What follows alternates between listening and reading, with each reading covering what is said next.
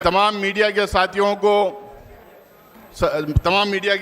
का स्वागत करता हूं। आज की इस प्रेस कॉन्फ्रेंस बहुत ही फोकस प्रेस कॉन्फ्रेंस है।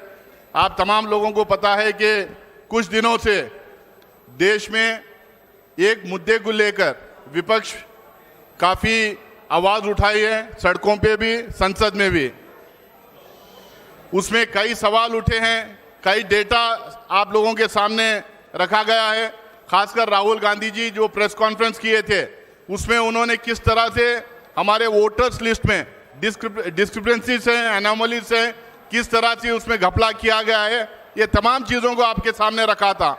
उसके बाद में हम तमाम अपोजिशन के पार्टीज ये एक्सपेक्ट कर रहे थे कि इलेक्शन कमीशन अपने तरफ से क्लैरिफिकेशन देगा, इलेक्शन कमीशन अपने तरफ से इसमें जवाब देगा और ट्रांसपेरेंसी जो हम लोगों के सामने रखना चाहिए उसके तहत सारी बात को एड्रेस करेगा। लेकिन जिस तरह की प्रेस कॉन्फ्रेंस कल हुई उससे एकदम साफ है कि जो आरोप हम लगा रहे थे, जो लगातार इस देश में कई सालों से, खासकर पिछले 10-11 साल में जो ऑटोनोमस बॉडीज हैं, जो कॉन्स्टिट्यूशनल बॉडीज हैं, उसको जिस तरह से सरकार हथियाली है, जिस तरह से उसको गुमराह करके रखी है, जिस तरह से ये कॉन्स्टिट्यूशनल बॉडीज कॉम्प्रोमाइज किए गए हैं, उसी तरह से हम लोग इलेक्शन कमीशन का भी जो है एक तरह से कॉम्प्रोमाइजिंग होते हुए दिखाई देता है।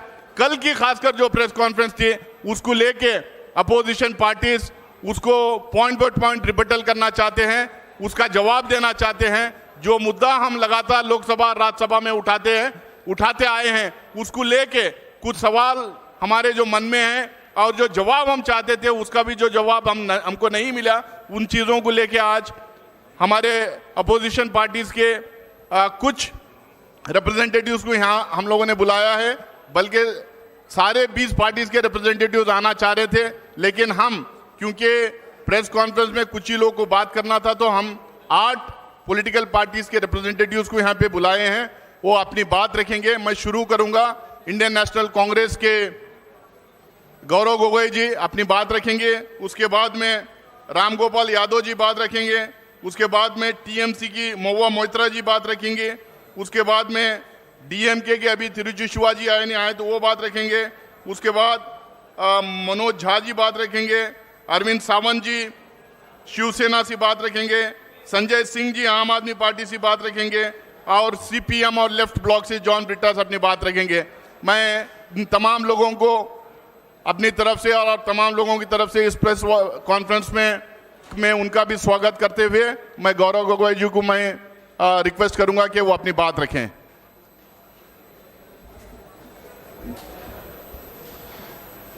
धन्यवाद नासिर हुसैन जी। आज इस महत्वपूर्ण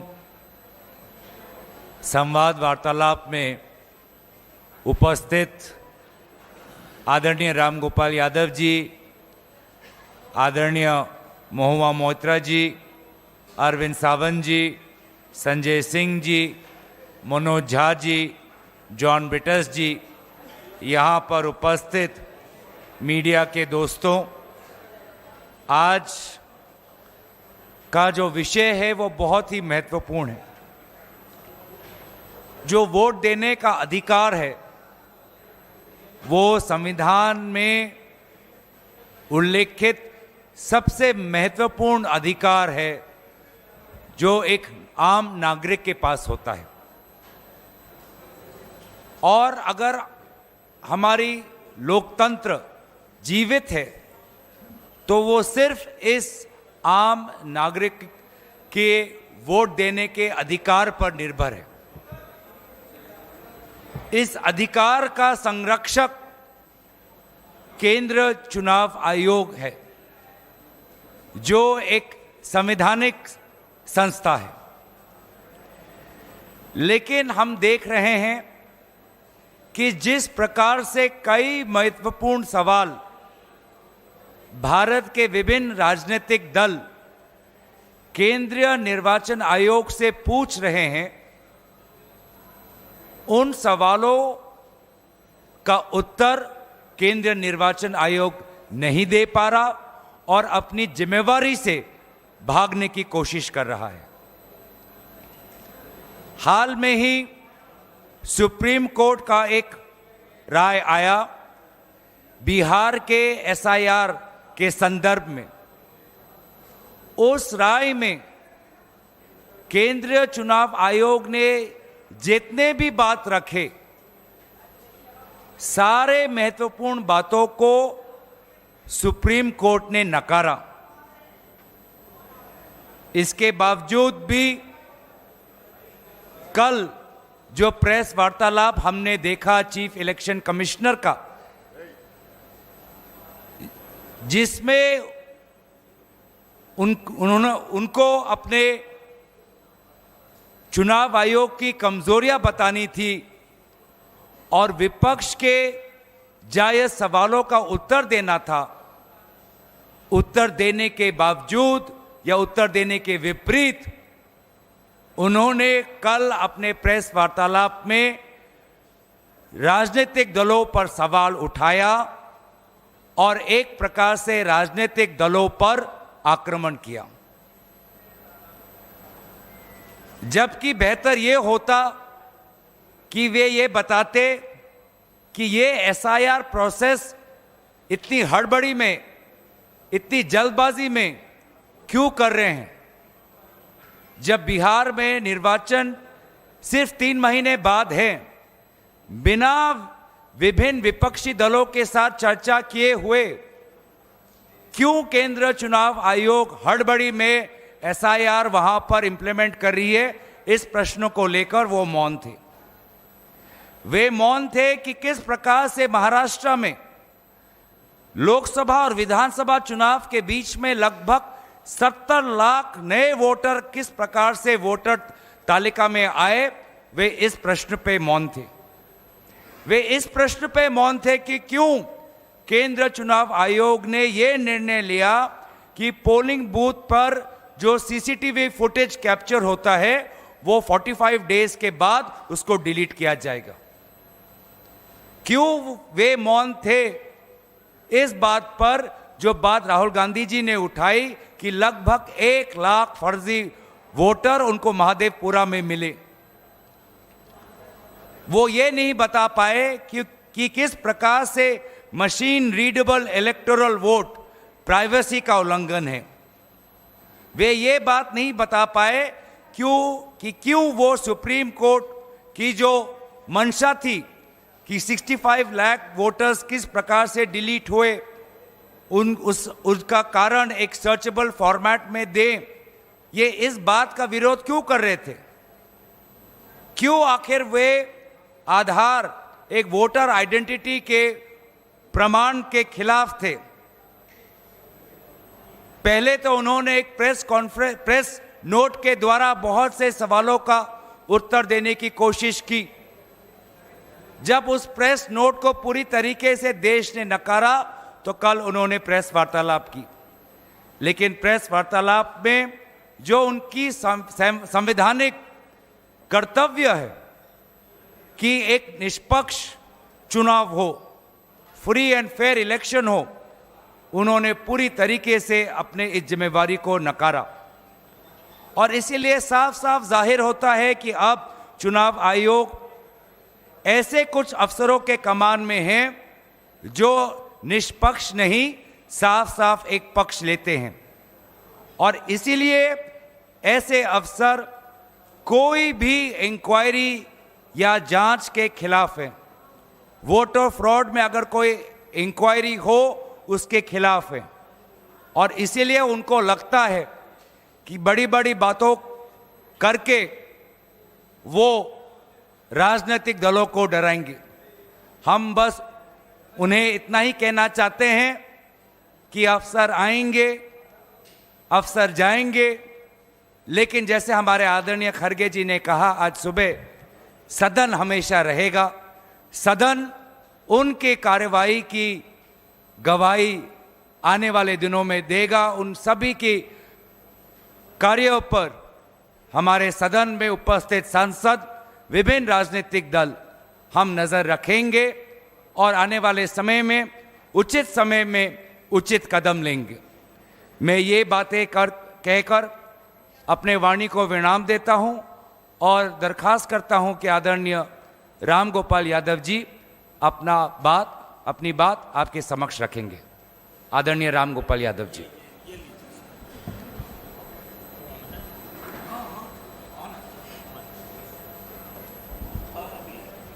लीजिए। हो गया।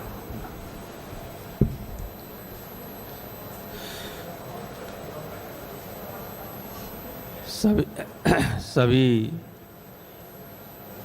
विपक्षी दल के नेताओं और पत्रकार बंधुओं को नमस्कार।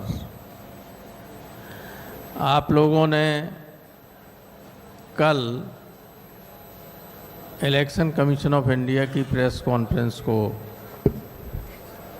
अटेंड भी किया है, देखा है और सारे देश ने सुना है। ईसीआई ने बार बार कहा है कि जो आरोप लगाए जा रहे हैं उसको शपथ पत्र के माध्यम से, एफिडेविट के माध्यम से दिया जाना चाहिए। मैं आपको बताना चाहता हूं कि 2022 के उत्तर प्रदेश के चुनाव के वक्त जब अखिलेश यादव ने ये कहा कि समाजवादी पार्टी के समर्थकों के बड़े पैमाने पर वोट काटे गए हैं, तो इलेक्शन कमीशन ने एक नोटिस दिया कि आप इसको बताइए। तो 18,000 मतदाताओं के एफिडेविट दिए गए इलेक्शन कमीशन को, जिसकी सारी रसीदें भी थीं। और आपको आश्चर्य होगा कि एक भी उस एफिडेविट पर आज तक कोई कार्रवाई नहीं की। जो इलेक्शन कमीशन रोज़ाना राहुल गांधी जी से एफिडेविट मांग रहा है, उस इलेक्शन कमीशन को हम 2022 में 18,000 गलत तरीके से काटे गए वोटों के एफिडेविट दे चुके हैं। इस तरह के एफिडेविट हैं, उसकी सब रसीदें हैं और कोई कार्रवाई नहीं हुई।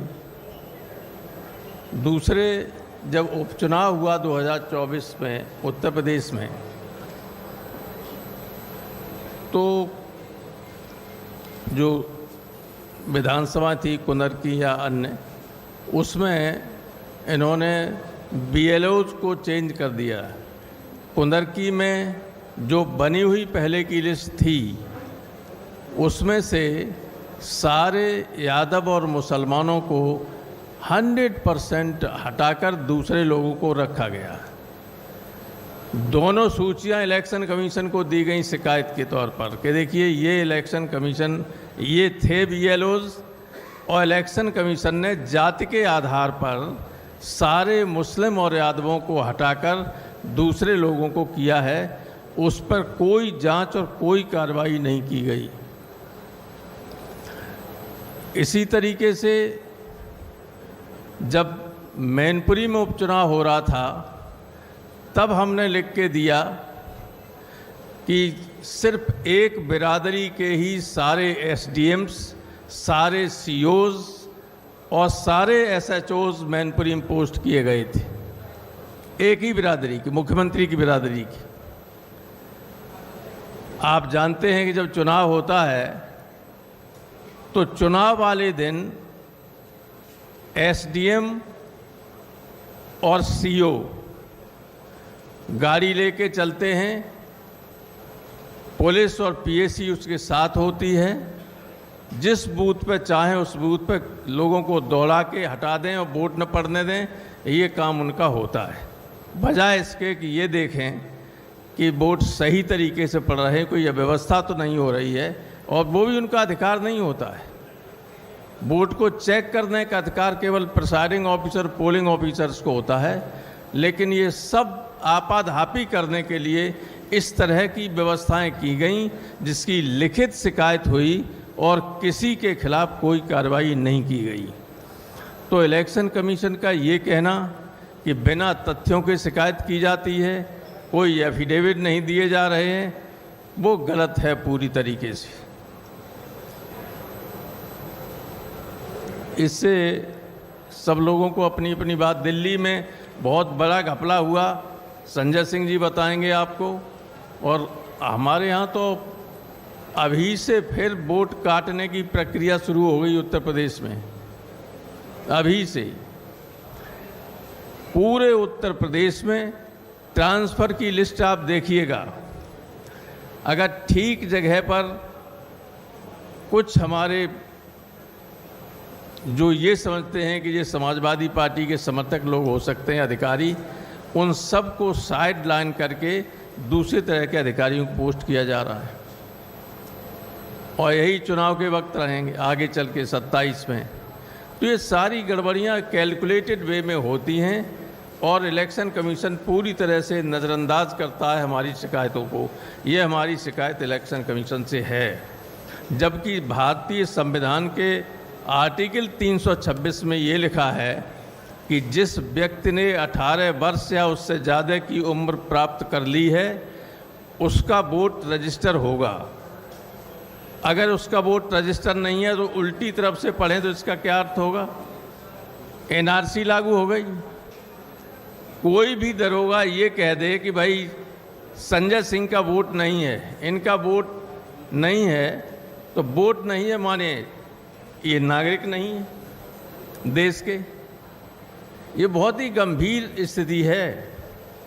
इस गवर्नमेंट का मंशा और इलेक्शन कमीशन का मंशा आर्टिकल 326 के इंटरप्रिटेशन पर देखिए कि बहुत ही गलत है। ये देश के लिए हानिकारक है। गंभीर चिंता की बात है सारे देश के नागरिकों के लिए। जिनका वोट नहीं होगा उनसे सरकारी अधिकारी कोई भी ये कह सकता है कि तुम तो इस देश के नागरिक नहीं हो। तो ये स्थिति है और इसको आप लोगों के माध्यम से मैं चाहता हूँ कि देश की जनता को जागृत कीजिए। आप भी केवल सत्ताधारी दल की बात मत सुनिए, विपक्ष की भी बात सुनिए। यही देश को बनाने का काम करेंगे। बहुत धन्यवाद। बहुत बहुत शुक्रिया राम गोपाल यादव जी। जब से राहुल गांधी जी ने खुलासा किया है, अलग अलग देश के हिस्सों से अलग अलग कहानियाँ सामने आ रहे हैं, अलग अलग तरह से इलेक्टोरल फ्रॉड किया गया है। मैं अब मधु को करूँगा, महुआ मोइत्रा जी से, जो टीएमसी से हैं और वेस्ट बंगाल से सांसद हैं। Good afternoon, everyone. Thank you very much, all the members of the press, for being here. I'm here as a representative of the All India Trinamool Congress, and I'd first like to begin by saying that on 27th February 2025, the Honorable Chief Minister of West Bengal and Chairperson of our party, Srimati Mamata Banerjee, was the first person to raise the issue of the duplicate EPIC voter cards. And we first met with the Election Commission on the 6th of March. We wrote them a letter. Since then, we have written them 5 letters, submitted a memorandum. The deadline for solving the issue of the duplicate EPIC cards, by their own admission, was the 7th of June. The deadline has since passed. Second, what I come to now, the reason why we are all here is this absolutely shameful and I would say display of puppetry by the Chief Election Commissioner yesterday at the press conference. The job of this Election Commission, which is the constitutional body with a constitutional mandate, is not to attack the opposition. Mr. Commissioner, sir, I would urge that you leave that to your political masters. I'm going to go very quickly, one by one, through some of the points that he raised and rebut them so we can all see how ludicrous some of these claims were. Number one, the special summary revision, the SSR, concluded in Bihar in January 2025 and continuous revision was done till June. That was the list that had been signed off by the Election Commission. Yesterday, you tell us that out of 65 lakh deletions, 22 lakh were dead people who were not recorded. So what are you trying to tell us? That all the previous lists and the list on which the Lok Sabha elections 2024 were done were fraudulent, were incorrect? If that is indeed the case, then all of your election commissioners, your entire election commission, current and previous years should be prosecuted, and this current Lok Sabha, which is based on fraudulent election lists, should be dissolved immediately. Because the credibility of the people's mandate and the legitimacy of this government is at stake. That's the first thing. The second thing, the election commissioner is going on asking the opposition for affidavits. What is an affidavit? Please understand, you can do a suo motu inquiry when someone raises an objection if your intentions are bona fide. We are only pointing out flaws in your own documents.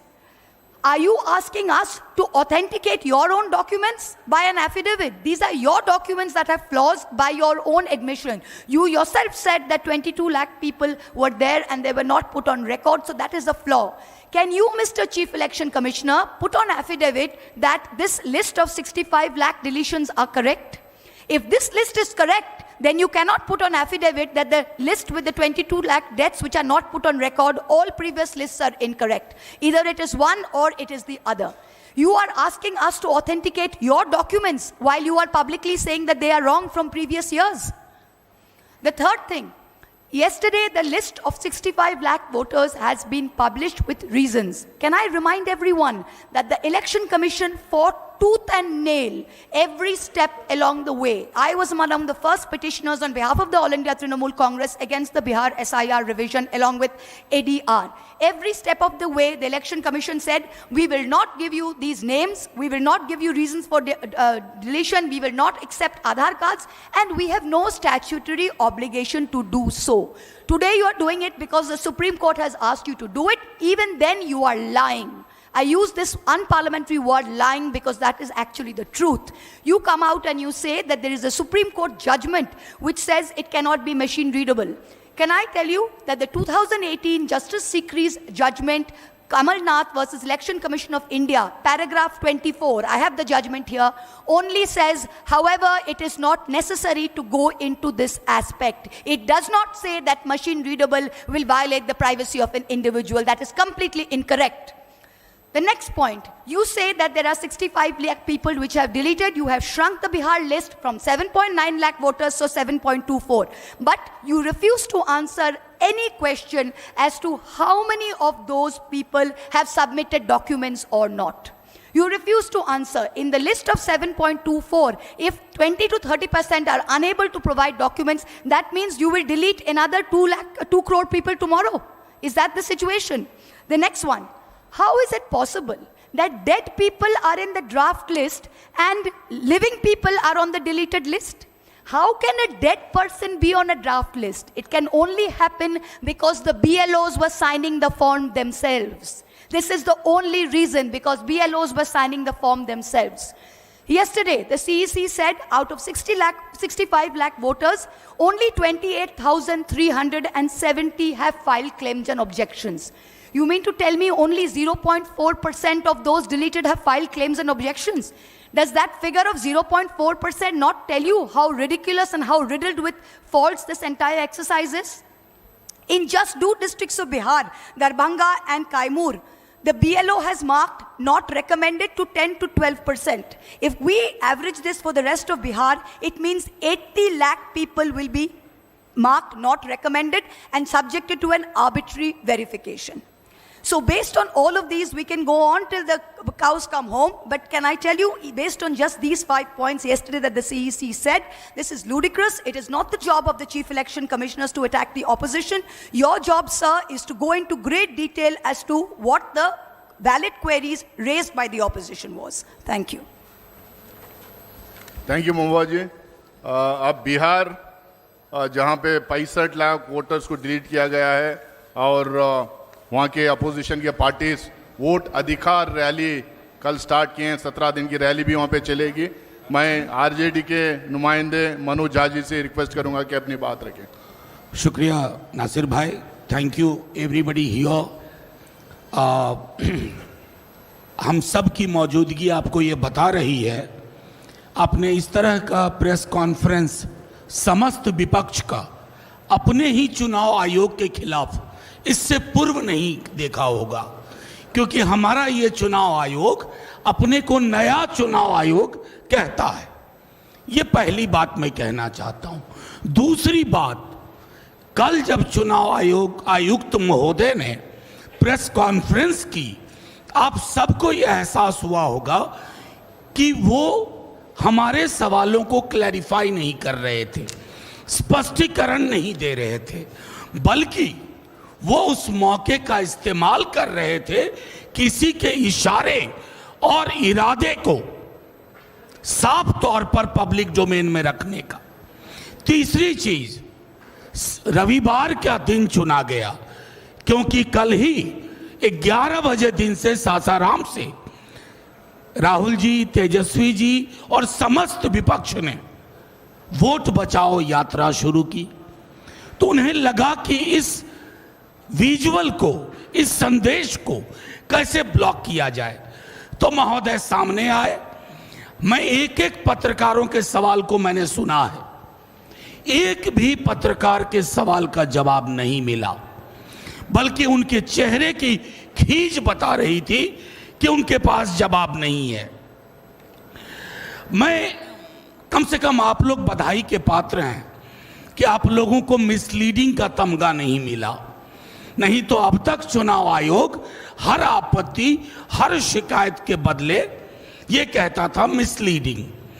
हमने कुछ लोग माननीय सर्वोच्च न्यायालय में उपस्थित किए जो जिंदा लोग हैं, जिनके साथ राहुल जी ने चाय भी पी। अब उसके लिए अगर कोई सरकाज़म में लिखे तो लिख सकता है a great T with ghost, भूतों के साथ चाय एक शाम। और कोई फर्क नहीं पड़ता है चुनाव आयोग को, क्योंकि चुनाव आयोग नकार रहा था। जैसा महुआ ने कहा, हमारे पूर्व के तमाम साथियों ने कहा, जो चीजें आपको सर्वोच्च न्यायालय के बाद करनी पड़ रही हैं, अभी भी कितनी पारदर्शिता है हमें डाउट है। हम तो आपके पास सबसे पहले गए थे, चुनाव आयोग के पास गए थे, हमने दरखास्त की थी। आज कहना नहीं चाहता आपका व्यवहार क्या था। आप में से अधिकांश लोगों के साथ बाइट में हमने बाहर कहा कि मीटिंग सौहार्दपूर्ण नहीं थी, आप सुनना नहीं चाह रहे थे।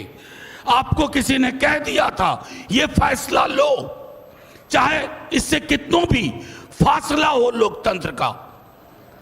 वो तो भला हो कि पिटिशनर पहुंचे सर्वोच्च न्यायालय आपके नकारने के बाद, और तीसरे हियरिंग में माननीय सर्वोच्च न्यायालय ने एक दिशा दी। 2 बार पहले भी आपसे कहा आधार को इंक्लूजन के लिए, चूंकि उसका सैचुरेशन 86-87% है बिहार में, आप इस्तेमाल करो। आपने नहीं किया। अब संभवतः आप करेंगे। मैं संभवतः इसलिए कह रहा हूं क्योंकि हम ग्राउंड रिपोर्ट का इंतजार कर रहे हैं, एक एक ग्राउंड रिपोर्ट का। ये हठधर्मिता, ये अहंकार हमने चुनाव आयोग के पर्सोना में नहीं देखा था। हमारी आपत्तियां, चाहे राहुल जी हों, तेजस्वी जी हों, अखिलेश जी हों, या मंच पे बैठे कोई लोग हों, दिल्ली का मामला हो, महाराष्ट्र का हो, हरियाणा का हो, हमारी शिकायत इसी किताब की ताकत से आती है। ये भारत का संविधान है। कल माननीय मुख्य चुनाव आयुक्त कह रहे थे कि हमसे सवाल पूछ रहे हैं, संविधान पे सवाल उठा रहे हैं। महोदय, आप संविधान के पर्यायवाची नहीं है, आप जन्मे हैं संविधान से। ये तो आप मोदी जी की तरह बोल रहे हैं कि उनकी आलोचना राष्ट्र की आलोचना है। मोदी जी राष्ट्र के पर्याय नहीं है। सरकार हो, संसद हो, न्यायालय हो, पॉलिटिकल पार्टीज हो, हम इस किताब की ताकत से पैदा हुए हैं। और इस किताब की आड़ लेकर के आप इसकी धज्जियां मत उड़ाइए। मैं तमाम अपने साथियों के माध्यम से एक ही बात कहूंगा, this book is for protection, safeguard, it can not be A shield for your defiance of constitutional propriety and morality. That is what you are doing. आपने कल, एक आखिरी चीज कहूंगा, एक स्तर पर उनके अंदर राजीव जी आ गए थे, पुराने वाले, शाराना अंदाज में बोला क्या होता है, पक्ष विपक्ष नहीं, सब समकक्ष हैं। ये कहना आसान है, दिखना बड़ा मुश्किल है। कल हम अपने मुख्य चुनाव आयुक्त को ढूंढ रहे थे, वो तो मिले नहीं, बीजेपी का एक नया प्रवक्ता और मिल गया। शुक्रिया। बहुत बहुत शुक्रिया Manoj Jha ji. Now I'd like to request Tiruchi Shivaji, leader of DMK party in Rajya सभा।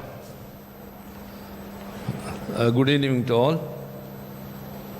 We have all assembled here to discuss or to convey to you a very important thing. The framers of the Constitution has entrusted or has given the Election Commission an autonomous power only to avoid any external influence or intimidation. Because it is the duty of the Election Commission to ensure fair and free elections. The core thread of democracy is that the common man has to exercise his franchise to elect the government of his intention, of his wish. Whereas now the Election Commission itself is under the scanner. We have to just think about the interview of the CEC, instead of giving clarification, has raised many questions. First of all, the CEC has not given any clarification or any comment about the recent August 14th Supreme Court direction that it should publish all the 65 lakhs voters and their details and why they were deleted. No reason for that has so far been given.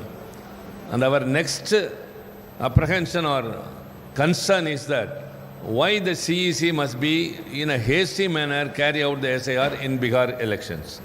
65 lakh voters is not something very easy to consider. And it is estimated even much more, around 1 crore they say, but they say it is 65 lakh. We want to discuss it on the floor of the parliament because the parliament is the highest forum where we can debate anything. Even the constitutional authorities could be debated under various rules, and there are rules, and we are trying for it, whereas the government is not prepared.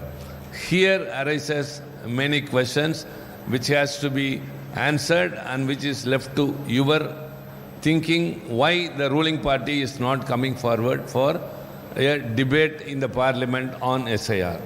And our other question is, how can there be so many deletions of eligible voters when house-to-house enumeration has been undertaken? Number two, why the enrollment of new voters is abnormally low when these young voters have been enumerated?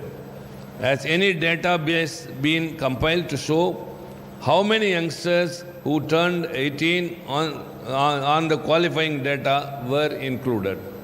No transparency in that, and the CEC is not coming forward.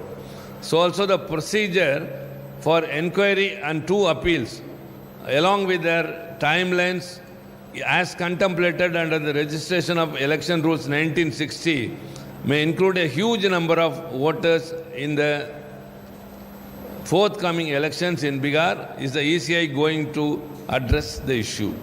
And will the ECE take these practical difficulties into account while conducting SIR in other states?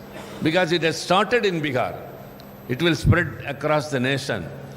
And we are very much concerned that the opposition voters will be deliberately removed by showing reasons, and whereas the CEC is not even has not even come forward to clarify or give an explanation to the Supreme Court's direction why it has not been obliged. So the CEC's interview, the Parliament is not working for all these days, not because we want to stalemate the proceedings. We want to be a party for the smooth functioning, whereas our genuine demand to have a debate in the debating forum is not allowed.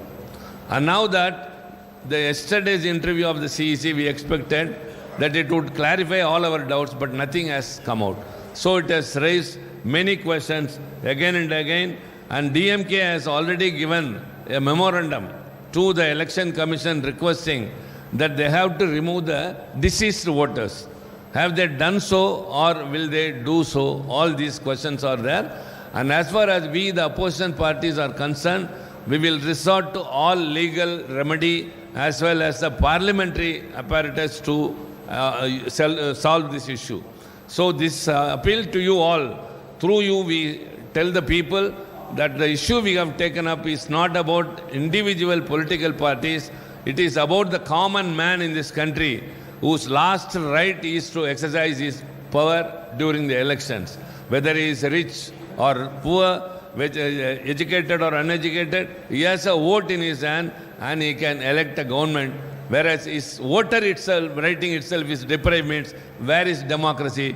Democracy is in peril, and CEC, which has to come to the rescue of the common man's vote, now itself is under the scan. So we will resort to these means, and we have got our own responsibility. Kindly people should understand that the non-functioning of the parliament is not because of the opposition parties, it is only because of the ruling party which is not coming forward for a debate. Thank you very much. Thank you Tiruchi Singh ji. Bihar की कहानी आप लोगों ने सुना, जहां 65 lakh vote delete किए गए, targeted deletion हुआ था। अब एक महाराष्ट्र की कहानी ये है कि जहां पे 65-70 लाख वोट फेक वोटर्स को ऐड किया गया था। वहां के सांसद हैं श्री अरविंद सावंत जी, शिवसेना पार्टी को बिलोंग करते हैं, वो अपनी बात रखेंगे। नमस्कार। सारे विपक्षीय आदरणीय नेतागण, उपस्थित पत्रकार भाइयों बहनों, पहली बात है, इससे सबसे ज़्यादा अगर क्षति किसी को पहुंची है तो हमें पहुंची है।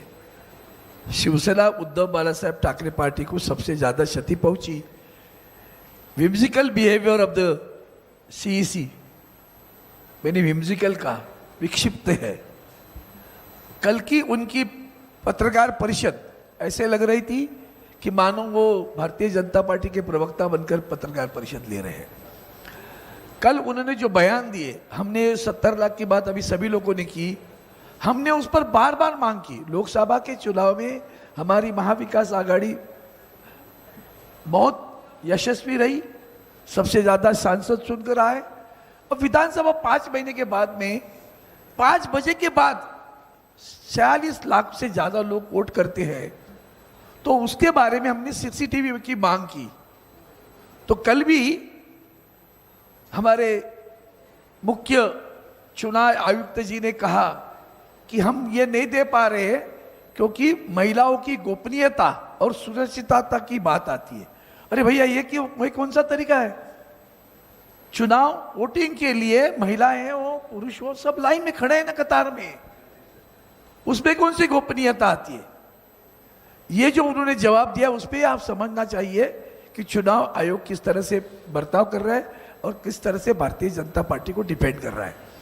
अब रही बात क्षति की बात कहता हूं, तो इसके बाद में ये 70 लाख वोट जो दादा मिले, आज तक उन्होंने उसका जवाब दिया नहीं है।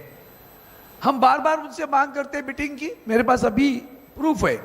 हाल ही में हमने उनसे मांग की तो हमें बताया 5 तारीख, 7 तारीख, 12 तारीख, 14 तारीख, 26 तारीख, अगस्त की इतनी तारीख है, उसमें से आपको कौन सी सुविधा है बताओ। हमारे पार्टी के सचिव है अनिल देसाई जी ने, उन्होंने कहा 12 अगस्त को हमें चाहिए, तो कहा नहीं, 12 तारीख का शेड्यूल फाइनल हुआ है। 12 तारीख को किसको मिले? जिनको इन्होंने हमारा चुनाव चिन्ह और हमारा नाम भी पार्टी का दे दिया। उस वक्त भी कल उन्होंने एक बयान दिया, हम पक्ष विपक्ष नहीं देखते।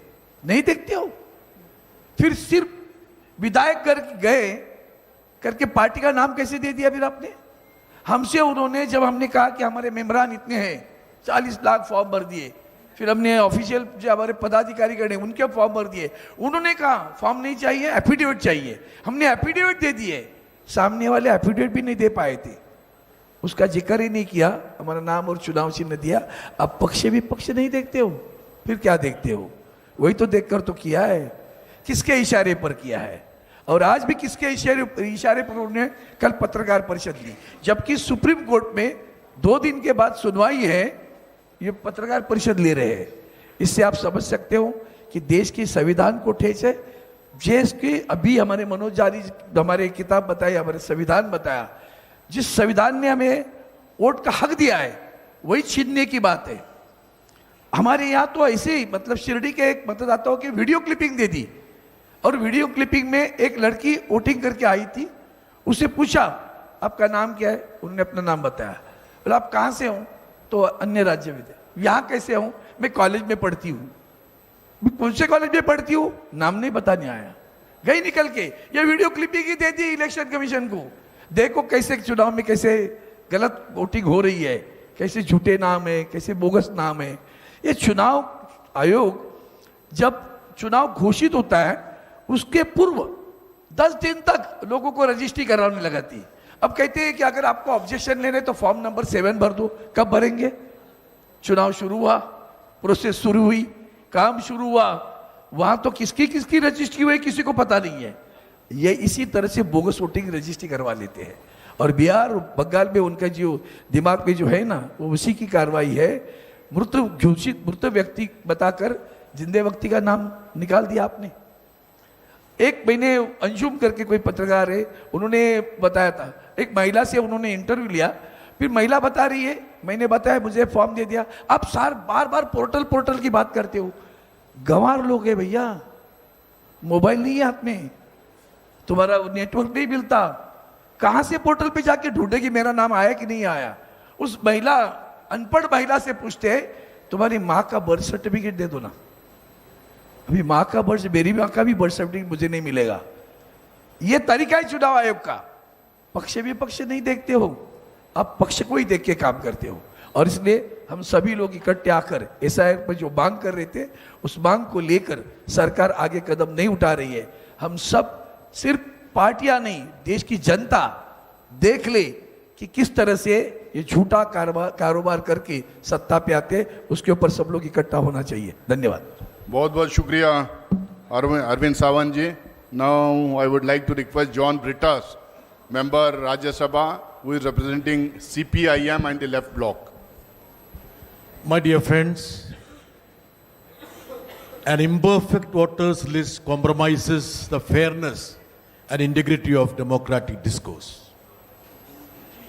We, the opposition parties, the entire spectrum from left to TMC, from AAP to Congress, firmly believe that the CEC has forfeited his right to be in that constitutional position. And he has virtually declared war on the opposition parties by his press conference. I will remind him about the press conference done by one of his predecessors, Mr. T.N. Seshan, wherein he had said that I am not part of the Indian government, I am part of the structure of the Indian nation.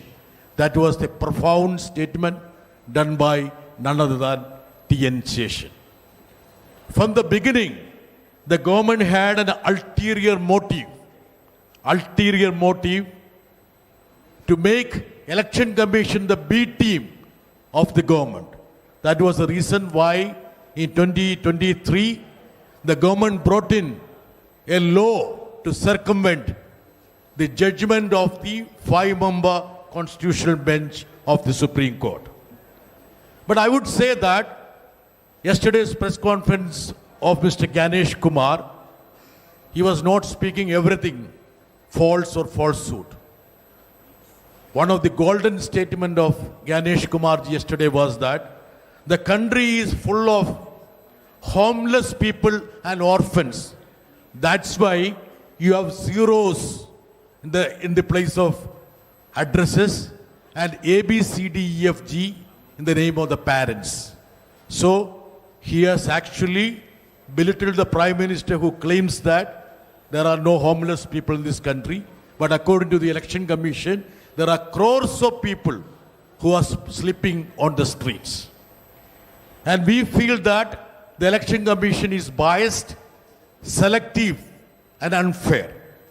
Anurag Thakur, according to him, is part of the Election Commission associate.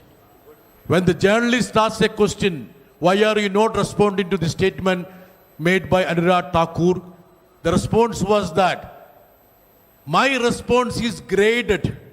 Doesn't mean that he's upgrading the status of Anurag Thakur from a politician's status to the constitutional body status. And isn't the fact that Anurag Thakur also had invaded into the privacy of the individuals. He talked about one lady, Maimuna, having 3 votes in Kerala, whereas the so-called Maimuna were 3 individuals in 3 polling booths. So we feel that there is a design, diabolic game to make the voters list adulterate from Kerala to Kashmir. In Kerala, the lone seat the BJP has won has been managed by unfair, fraudulent means. Suppose the BJP decides they don't have a chance in other constituencies. They will bring all their sympathizers to one constituencies and they will concentrate in that seat and they will win. So this has created a situation wherein we have no other option but to ensure that a protest is there so that the constitutional body adheres to the rules of the business. Thank you very much. ये हिंदी में बोलना है नहीं वो request ये संजय जी ये Thank you, John Britas ji. Now I would like to request Sanjay Singh Saab from Aam Aadmi Party to address the media. सभी विपक्षी दलों के महत्वपूर्ण नेताओं ने अपनी बात आपके समक्ष रखी।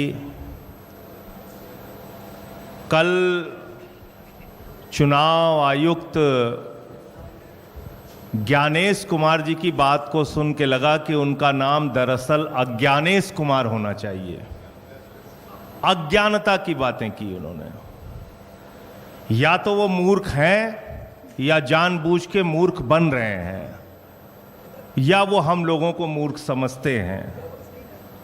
ऐसी ऐसी बातें, ऐसी ऐसी तर्कहीन, तथ्यहीन बातें उन्होंने की, हम लोग सुन के हैरान हैं। उनसे जो सवाल पूछे गए उसका एक भी जवाब उन्होंने नहीं दिया। आपने 1 महीने के अंदर 25 जून से 25 जुलाई तक SIR में 65 लाख वोट काट दिए बिहार के अंदर, एक भी वोट नहीं जोड़ा आपने।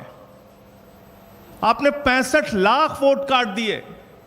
आप कह रहे हैं आप SIR कर रहे हैं, स्पेशल इंटेंसिव रिवीजन, और उस रिवीजन में आपको एक भी आदमी पूरे बिहार में वोट जोड़ने लायक नहीं मिला। ये कैसा SIR है आपका? आपने कहा 22 लाख लोग मर गए, उनके नाम काट दिए हमने। आप उस बिहार में 1 महीने के अंदर सारा प्रमाण पत्र चाहते हैं जहां का बड़ा क्षेत्र बाढ़ में पीड़ित रहता है। आप उनसे कह रहे हैं अपना निवास प्रमाण पत्र लेके आओ, अपने माताजी का निवास प्रमाण पत्र लेके आओ, अपने पिताजी का निवास प्रमाण पत्र लेके आओ, पूरे घर का आप प्रमाण पत्र लेके आओ। कहां से लाएगा आदमी? और इसके अलावा ऐसी ऐसी गड़बड़ियां सामने आ रही हैं। आपका BLO खुद से फॉर्म साइन करके जमा कर रहा है, उसकी वीडियो सामने आई। क्या कार्रवाई की आपने? अमेरिका के राष्ट्रपति ट्रंप का वोट बिहार में बन गया, क्या कार्रवाई की आपने? कुत्ते का निवास प्रमाण पत्र बिहार में बन गया, क्या किया आपने? क्या किया आपने? आप बेवकूफ समझते हैं इस देश के लोगों को। खुलेआम आपने SIR के जरिए घपला घोटाला किया, मरे हुए लोगों को जिंदा कर दिया, जिंदा लोगों को मार दिया। लेकिन मेरी चिंता इससे थोड़ा अलग है और वो गंभीर चिंता है। भारतीय जनता पार्टी, नरेंद्र मोदी जी की पार्टी कहती है इस देश में उन्हीं लोगों के वोट कट रहे हैं जो घुसपैठियां हैं, घुसपैठियां हैं, जो बांग्लादेशी हैं। तो 22 लाख तो बिहार में कह रहे हैं मर गए इसलिए हमने काट दिए। अब 43 लाख जो वहां पे बचे हैं वो सब घुसपैठियां हैं। उनके लिए डिटेंशन सेंटर बनेगा, वो सब पकड़ पकड़ के बांग्लादेश भेजे जाएंगे। वो उनको हिंदुस्तान में रहने का हक नहीं है। वो जो सुप्रीम कोर्ट में गए थे, उन्होंने कहा था कि मैं जिंदा हूं, अब वो बांग्लादेश जाएंगे क्योंकि वो घुसपैठियां हैं।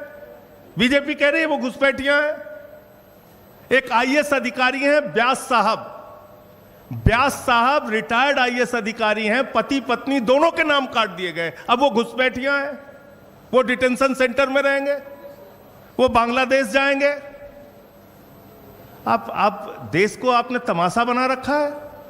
आप कह रहे हैं चुनाव आयोग को वोट चोर कहना संविधान के खिलाफ है। वोट चोरी करना संविधान के मुताबिक है। वाह भैया, वोट चोर कहना संविधान के खिलाफ है, वोट चोरी करना संविधान के मुताबिक है, वोटर लिस्ट में भ्रष्टाचार करना संविधान के मुताबिक है। आप कहते हैं शिकायत नहीं की गई आपको। मैं दिल्ली का उदाहरण बताता हूं। दिल्ली में केंद्रीय मंत्रियों के घर पे 33 वोट बने, 25 वोट बने, 22 वोट बने, सांसदों के घर में 15 वोट बने। मैं खुद केजरीवाल जी के नेतृत्व में जाके शिकायत हमने लिखित रूप से दे के आए थे हम लोग। कोई कार्रवाई आपने नहीं किया।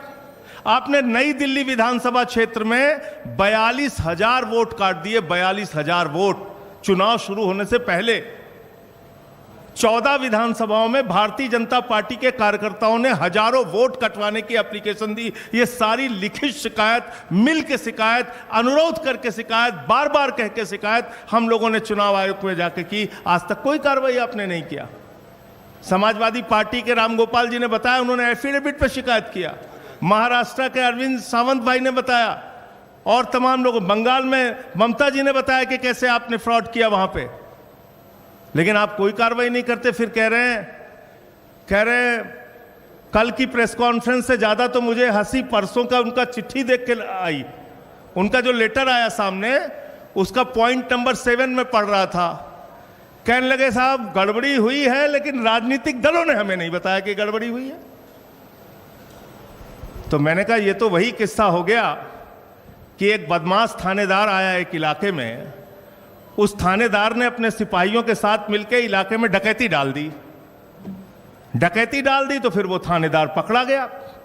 थानेदार जब पकड़ा गया तो थानेदार ने कहा कि साहब इस इलाके के लोगों ने बताया ही नहीं कि डकैती डालना गलत बात है, चोरी करना गलत बात है। भैया एसआईआर आपने शुरू की, वोटर लिस्ट ठीक करना आपका काम है। 2018 का सुप्रीम कोर्ट का जजमेंट है, वोटर लिस्ट ठीक करना सिर्फ और सिर्फ चुनाव आयोग की जिम्मेदारी है। आप विपक्षी दलों को धमका रहे हैं, कह रहे हैं कि ये संविधान के खिलाफ बोल रहे हैं। हम लोग संविधान बचाने की लड़ाई लड़ रहे हैं।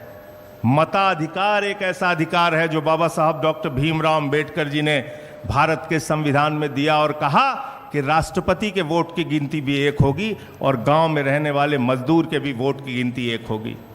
हम इसकी लड़ाई लड़ रहे हैं, हम इसके लिए काम कर रहे हैं। और ये वोटर लिस्ट की गड़बड़ी जानबूझ के आप कर रहे हैं। इसमें आपने कल अपने आप को एक्सपोज किया पूरे देश के सामने। आप कह रहे हैं महिलाओं की प्राइवेसी भंग हो जाती है।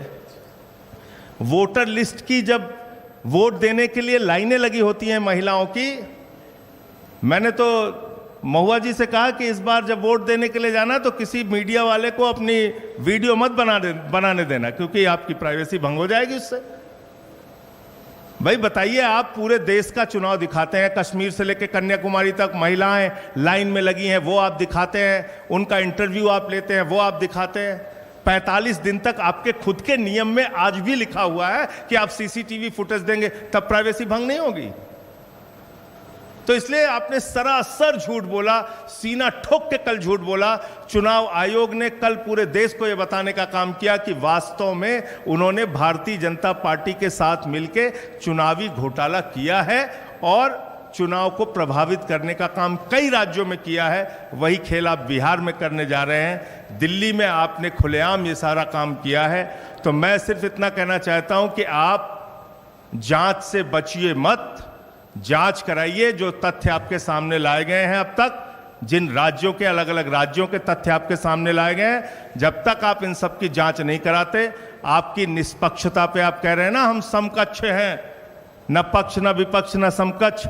आपको अगर अपने आप को निष्पक्ष साबित करना है तो पूरे देश में जहां जहां बड़ी शिकायतें आपके बारे में मिली हैं, आप उसकी जांच कराइए और कार्रवाई कराइए, वरना आपको हमेशा ये कहा जाएगा कि आपके नेतृत्व में वोट चोरी हुई है और आपने घोटाला किया है। धन्यवाद। बहुत बहुत शुक्रिया संजय सिंह साहब। अब अपोजिशन पार्टीज के तमाम रिप्रेजेंटेटिव्स अपनी अपनी बात रखे हैं। कुछ सवाल हम जरूर लेंगे, तो जो भी सवाल पूछना चाह रहे हैं अपना हाथ उठाए, हम जिसको भी इशारा करेंगे वो अपना जी। काफ़ी चर्चा चल रही है कि election commission since everyone is saying कि इलेक्शन कमीशन बायस्ड है, it is acting as a spokesperson of the BJP. तो इस पे भी आज सुबह चर्चा हुई कुछ अपोजिशन पार्टीज़ में कि चीफ इलेक्शन कमिश्नर के खिलाफ इम्पीचमेंट मोशन लाया जाए। तो उस पर कुछ खुलासा करेंगे कि are you serious about moving this?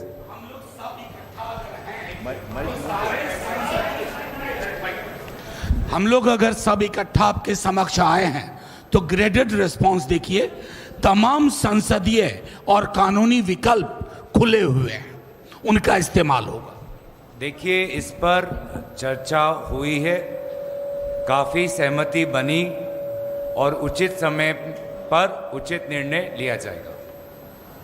Ji madam. Sir आप माइक अच्छा सर, ठीक है, पूछिए आप। सर मेरा सवाल है, क्योंकि त्रिची शिवा सर यहाँ बैठे हुए हैं, क्या ऐसा कोई आप लोगों की तरफ से वाइस प्रेसिडेंट कैंडिडेट ऐसा हुआ है कि सर को अनाउंस किया जाएगा, या कोई नाम अभी ऐसा आ पाया? ये आज का विषय नहीं है। हम जो आज का विषय है उस पर अगर आपका कोई सवाल है। Smita Sharma here. Though quick question on the question of impeachment. Is it actually even a possibility, or is there a constitutional immunity from prosecution for the office? And B, इस वक्त होना क्या चाहिए? क्या SIR को बिहार में रोककर बाकी दो जगहों में डिफरेंट टाइम फ्रेम में करना चाहिए, या SIR प्रोसेस को ही हटा देनी चाहिए? Can I add my question to this? क्या इलेक्शन कमीशन की स्वतंत्र निष्पक्ष चुनाव कराने पर आपका विश्वास अभी भी कायम है?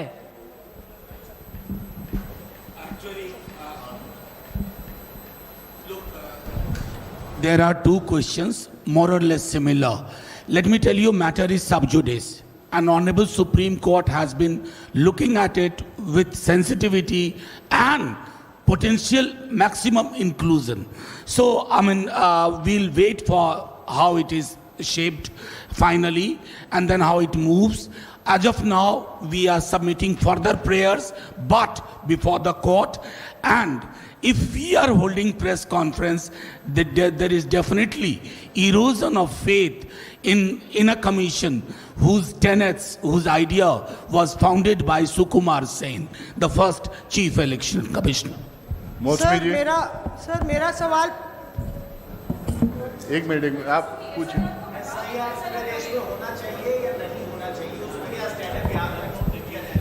भैया, जैसे SIR ये करा रहे हैं, ये तो मजाक है ना अपने आप में। ये तो वोट काटो की योजना है कि हमें टारगेट करके वोट काटना। ये SIR थोड़ी है।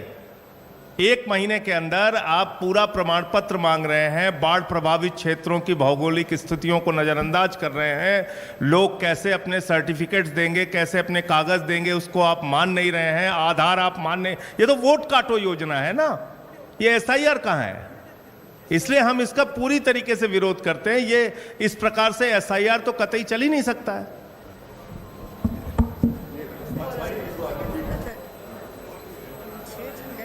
सर मेरा सवाल एक तो रामगोपाल यादव जी से है, क्योंकि कल CEC साहब ने बोला कि हम कोई पत्र पर कार्रवाई नहीं कर सकते। अगर उन्होंने एफिडेविट दिया होता, अखिलेश यादव के एफिडेविट 18,000 एफिडेविट देने वाली बात पर CEC साहब ने दिया, उन्होंने कहा कि उन्होंने पत्र दिया था, कोई 18,000 एफिडेविट नहीं दिए थे। तो उसको साफ करेंगे सर, आपने दिखाया भी है वो। तो ये इलेक्शन कमीशन अगर कहता है कि नहीं दिए थे, रसीदें सबकी हैं, इलेक्शन कमीशन गलत बोलता है। और एक केवल 18,000 एफिडेविट ही नहीं दिए, मैनपुरी के वक्त भी शिकायतें दी और कुनरकी का पूरा सबूत दिया कि किस तरह से जाति के आधार पर BLOs को हटाया गया। सब कुछ, किसी के खिलाफ कोई कार्रवाई नहीं की। What ever election commission has said yesterday is absolutely wrong. Sir दूसरा सवाल, आज तक लगातार ग्राउंड जीरो पर पड़ताल कर रहा है। हम लोग ने SIR पे लगातार सीरीज की हैं, और जो ज़िला प्रशासन है वो कह रहा है कि ये रिपोर्टें सारी भ्रामक हैं, मिसलीडिंग हैं और झूठ हैं। किस तरह से आप लोग इस पर रिएक्ट करते हैं? देखिए, हम बार बार कहते हैं कि चुनाव आयोग ने आज जो अपनी संवैधानिक कर्तव्य है कि ये जो गंभीर मामले जो विपक्षी दलों ने, विभिन्न मीडिया के साथियों ने उठाया, उस पर जांच होनी चाहिए। वे जांच से इतना कतराते क्यों हैं? जांच से क्यों इतना भागते हैं? आखिर हम अपने हक के नहीं, हम जनादेश के हक में, जनता के हक में, लोकतंत्र के हक में हम अपनी बात उठा रहे हैं। आपका भी जो चैनल है वो कोई राजनीतिक चैनल तो नहीं है। तो ये बार बार जो ये जांच से कतरा रहे हैं, स्पष्ट सवाल का स्पष्ट उत्तर नहीं दे रहे हैं, घुमा फिरा के बातें करते हैं प्रेस वार्तालाप में, प्रेस नोट के द्वारा। मुझे लगता है कि चुनाव आयोग ही आज चुनाव आयोग का शत्रु बन चुका है। चुनाव आयोग का कर्तव्य है कि आज के समय में वो अपनी विश्वसनीयता को बढ़ाए, लेकिन आज मुख्य चुनाव आयोग जो चीफ इलेक्शन कमिश्नर है वो ही सबसे बड़े चुनाव आयोग के शत्रु बन गए। सर, एसआईआर पर सुप्रीम कोर्ट ने आदेश दिया कि जो वोटर्स के नाम काटे गए हैं उनका नाम और कारण सार्वजनिक किया जाए। तो क्या विपक्षी पार्टियों को नहीं लगता है कि सुप्रीम कोर्ट का जो आदेश है उसके इम्प्लीमेंटेशन का वेट कर लेना चाहिए? पहला। दूसरा कि क्या जो आदेश दिया था उन्होंने, इस रामगोपाल जी ने कहा कि हम पहले भी जो है वो एफिडेविट देते रहे हैं चुनाव आयोग में, तो जब चुनाव आयोग एफिडेविट मांग रहा है तो देने में बुराई क्या है? आप कहते हैं कि डाटा आपका नहीं है, लेकिन डाटा तो वहीं से आया है सर। तो एफिडेविट पहले भी पार्टियां देती रही हैं, तो अब देने में क्या इशू है?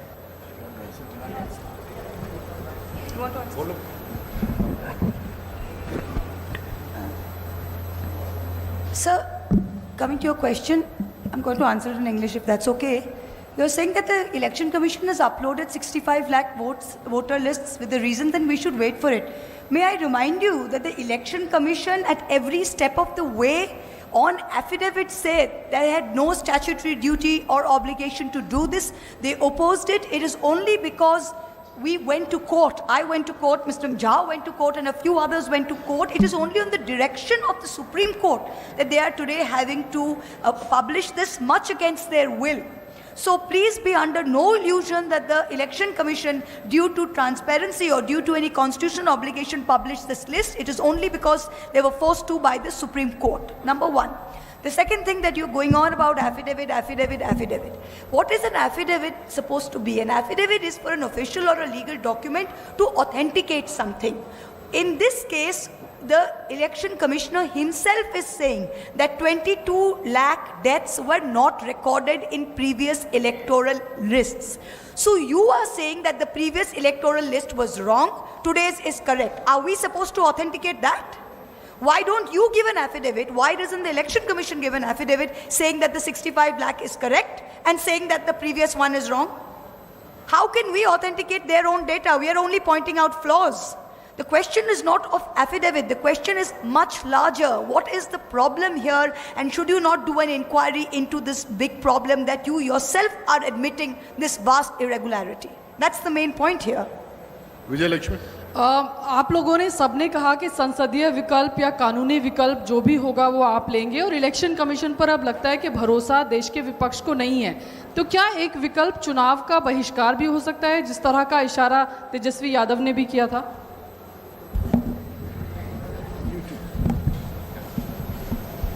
देखिए, उस अतिरेक तक मत ले जाइए। जो हमने बातें की थी, जो तेजस्वी जी ने कहा, उसका संदर्भ ये था कि हम पहले चुनाव आयोग गए, वहाँ अहंकार देखा, हठ धर्मिता देखी, वहाँ डायलॉग सुने। अंग्रेजी में दो शब्द है एक ही क्रिया के। सुनना के लिए अंग्रेजी में एक शब्द है हियरिंग और दूसरा शब्द है लिसनिंग।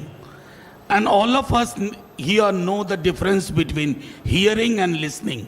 ये मुख्य चुनाव आयुक्त महोदय, he heard us out, he did not listen to us.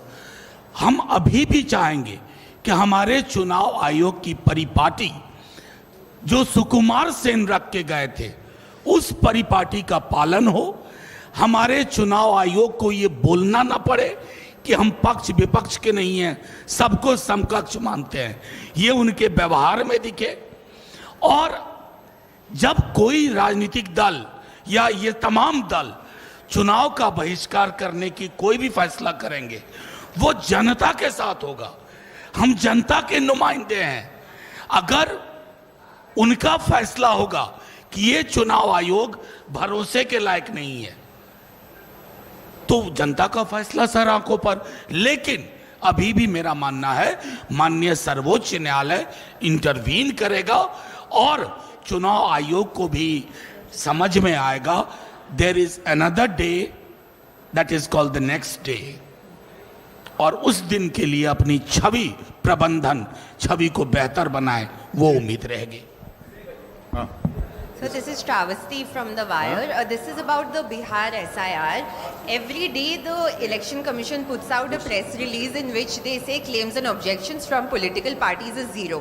And this has been raised by the Election Commission again and again that the political parties are not putting out objections. How would you respond? Look, I have field level data on this. I have field level data. My BLAs, our BLAs go. The BLO tells them come tomorrow, come the day after. Just to they tried cooking up this data for the Honorable Supreme Court, but the Honorable Supreme Court looked beyond it, looked beneath it, and they understood the entire game. Recently, one of your story, and Mosmi was here. Her story has been labeled as misleading. That's a kind of denial to what is happening. But Honorable Court is looking at everything with sensitivity. Thank you. मेरा सवाल गौरव जी से है। गौरव जी, कल मुख्य चुनाव आयुक्त ने जिस लहजे में ये बात कही कि पहले भी कहता रहा चुनाव आयोग कि राहुल गांधी को, हालांकि नाम नहीं लिया, कि उनको या तो शपथ पत्र देना पड़ेगा या माफ़ी मांगनी ही होगी, तीसरा कोई विकल्प नहीं है। इसको आप कैसे देखते हैं? देखिए, क्या उस लहजे में उन्होंने अनुराग ठाकुर जी से पूछा था क्या उस लहजे में क्या उन्होंने विभिन्न जो चैनल्स हैं, विभिन्न जो पत्रकार हैं, जो संवाद समाज है, जो अपने ही तहकीकात से ये सारी जानकारी निकाल रही है कि किस प्रकार से पूरा काम फर्जी हो रहा है, क्या उसी लहजे में उनसे सवाल पूछा? तो लहजे में ही हमको पता चल गया है कि जैसे कि हमारे साथियों ने कहा कि एक संवैधानिक पद पर बैठे हुए एक जिम्मेदार अफसर की बात हम नहीं सुन रहे थे। शायद कोई बीजेपी के प्रवक्ता की आत्मा उनके शरीर में आ गई थी और उसकी आवाज़ को हम सुन रहे थे। गौरव जी एक सवाल और है। गौरव जी, ये जिस तरीके से चुनाव आयोग बार बार कह रहे हैं कि हम संविधान ये कहता है कि भारत का नागरिक ही वोट दे, लेकिन वो ये भी कहते हैं कि हम ये तय करेंगे कि भारत का नागरिक वो हो। क्या आपको लगता है कि अप्रत्यक्ष तौर पर चुनाव आयोग जो है वो नागरिकता तय करने का काम कर रहा है या CA/NRC लाने की कोशिश कर रहा है? उस एक जो थिन लाइन है उसको पार करने की कोशिश बार बार कर रहा है। एक्चुअली ये भी मामला बहस के अधीन है और चुनाव आयोग ने, माननीय सर्वोच्च न्यायालय ने अपने शब्दों में एक बात कह दी थी कि ये संवैधानिक प्रावधान है, लेकिन जिस तरह से आप सोचते हैं इसको अंग्रेजी में डोमेन ट्रेसपासिंग कहते हैं। Thank you so much. देखिए, एक सवाल बार बार आ रहा था कि SIR हम चाहते हैं या नहीं चाहते हैं। हम चाहते हैं चर्चा, हम चाहते हैं बहस। हिंदुस्तान में अगर कोई सबसे बड़ा फोरम अगर है जहाँ पे चर्चा हो सकता है तो वो पार्लियामेंट है। तमाम अपोजिशन पार्टीज लगातार ये पूरे सेशन में चर्चा की मांग कर रहे हैं। वहाँ पे तय होगा कि SIR होना नहीं होना, कौन करेंगे नहीं करेंगे, आगे क्या होना चाहिए, सब वहाँ चर्चा होती है। तो हमारी मांग है कि SIR के ऊपर एक विस्तार से चर्चा दोनों हाउसेस में होना और वहाँ पे बहस के बाद डिसीजन होगा क्या होना नहीं होना। और जहाँ तक CEC के डराने धमकाने की बात है, हम वोट के अधिकार की मांग कर रहे हैं, उसकी रक्षा के लिए किसी भी हद तक जा सकते हैं। बहुत बहुत धन्यवाद। और तमाम मीडिया के दोस्तों के लिए रिफ्रेशमेंट अरेंज किया गया है, प्लीज चाय पानी लेके जाइए।